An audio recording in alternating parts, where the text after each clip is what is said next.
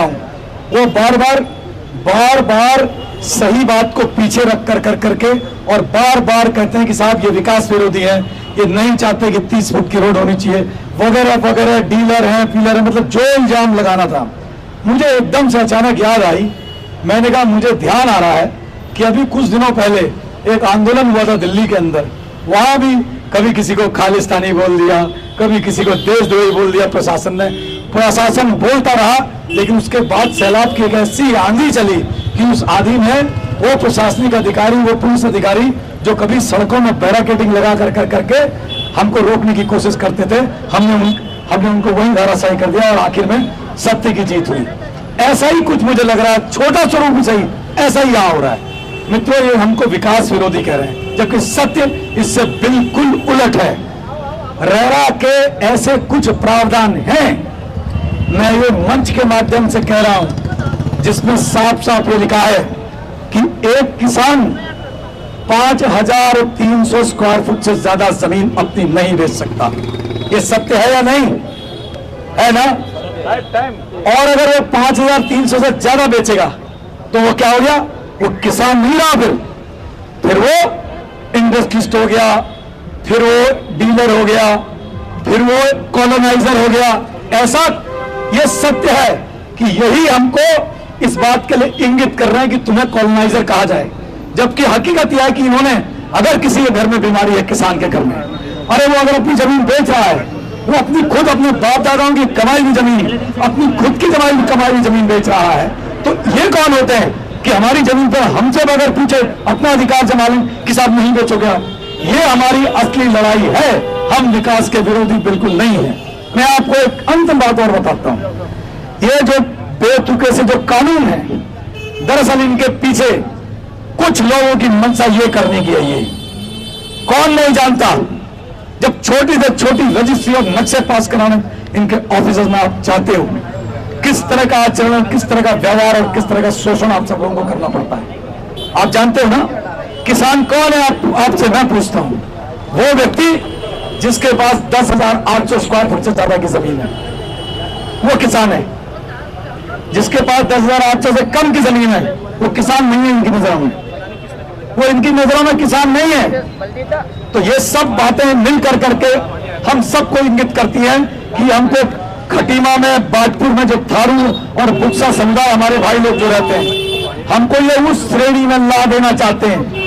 उनके यहां भी रोक लगी, लेकिन वक्त जरूरत पे जब जमीन बेचने की उनकी मजबूरी थी। मैं कई लोगों को जानता हूं, एक थारू बुक्सा था, उसकी पत्नी बीमार पड़ी, उसके पास कुछ नहीं था, थोड़ी जमीन थी, उसने अपनी जमीन बेची, तो जमीन तो बिकनी नहीं थी, तो उसने 10 रुपए के स्टाम्प पेपर में अपनी जमीन बेची। मैं आपको आगाह कर रहा हूं, ये प्रशासनिक व्यवस्था ये आपको धीरे धीरे इस तरह की स्थिति में ले आएगी कि आप खुद जब अपनी जमीन नहीं बेच पाओगे मजबूरी में, तो आप भी थारू बुक्साओं की तरह 10-10 रुपए के स्टाम्प पेपर में अपनी जमीन बेचने के लिए मजबूर हो गई। मैं आपको आगाह कर रहा हूं आज। ये सत्यता है इन प्रशासन की, जिनका मूल मंत्र यह है कि ऐसे अनाप शनाप नियम बनाओ और फिर उन नियम को थोपो, और फिर जब उनको थोपो तो उनको तोड़ने का रास्ता बनाओ, तो उसके पीछे इनका पैसा इन्वॉल्व है। मैं अदा करना चाहता हूं, मैं ये भी कहना चाहता हूं सारे युवाओं को, देखो संघर्ष कहीं पर भी होता है, वो 1-2 दिन की मेहनत को संघर्ष नहीं कहा जाता। हमने वो 30 साल मेरी राजनीतिक लाइफ हो गए, शायद ही मैंने कभी किसी गलत का सपोर्ट किया होगा। इंसान जरूर हूं, लेकिन ये मेरा व्यक्तिगत मानना है, मैंने कभी किसी गलत बात का सपोर्ट नहीं किया। जब मैंने वास्तव में रह के जो कानून पढ़े, आप उनको पढ़े, मैं माइक में आपको बहुत लंबा चौड़ा नहीं बोल सकता, आप उन कानून में देखेंगे, मैं आपको गारंटी दे देता हूं, इस हल्द्वानी कम से कम 50% परिवार और उनके कमाने वाले सदस्य बेरोजगार हो जाएंगे। ये मैं आपको गारंटी दे रहा हूं। ये ऐसे काले कानून है, और जो इन अधिकारी ने बनाया है, मैं अभी सरकार को पूर्ण रूप से इसमें दोषी नहीं देता हूं। अगर डीएम साहिबा आपके माध्यम से अगर कहीं ये मेरी बात सुन रही हूं, मैं उनसे निवेदन करता हूं कि आप बुलाओ अपने अधिकारी को, कल आप में से हाथ उठाओ। क्या जो कल की मीटिंग थी, आज मैं नहीं जानता प्रेस मीडिया ने क्या कहा, लेकिन आप हाथ उठाओ, क्या उनमें से हमारा कोई भी जो प्राधिकरण के अधिकारी थे, जब हमने प्रश्न पूछे, क्या हमारा एक भी वो जवाब दे पाए? नहीं दे पाए ना, हाथ उठा के बोलो नहीं दे पाए, नहीं दे पाए ना। आज जरूर प्रेस मीडिया ने इसको प्रमुखता से नहीं छापा, लेकिन सत्यता यह है कि ये हमारा जवाब नहीं दे सकते, क्योंकि इनको खुद पता है कि हमने जो ये काले कानून बनाए हैं ये सिर्फ इसलिए बनाए हैं कि हमारी दुकानें चलती रहे और इन दुकानों को ध्वस्त करना। अरे मैं पूछता हूं, तुम्हारे पास बहुत काम है। हल्द्वानी की सड़कें 1-1 फीट के गड्ढे पड़े हल्द्वानी की सड़कों में। कलसिया नाला में लोगों के घरों में पानी घुस गया। वहां रकसिया नाला में लोगों के घरों में 10 साल से पानी घुसता जा रहा है।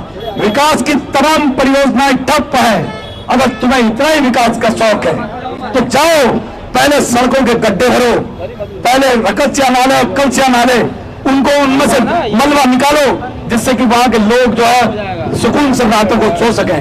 ये सब मैं आज आपको बोलता हूं। मैं उत्तराखंड राज्य आंदोलनकारी रहा हूं और मैं किसी बात को कभी गलत नहीं बोलता।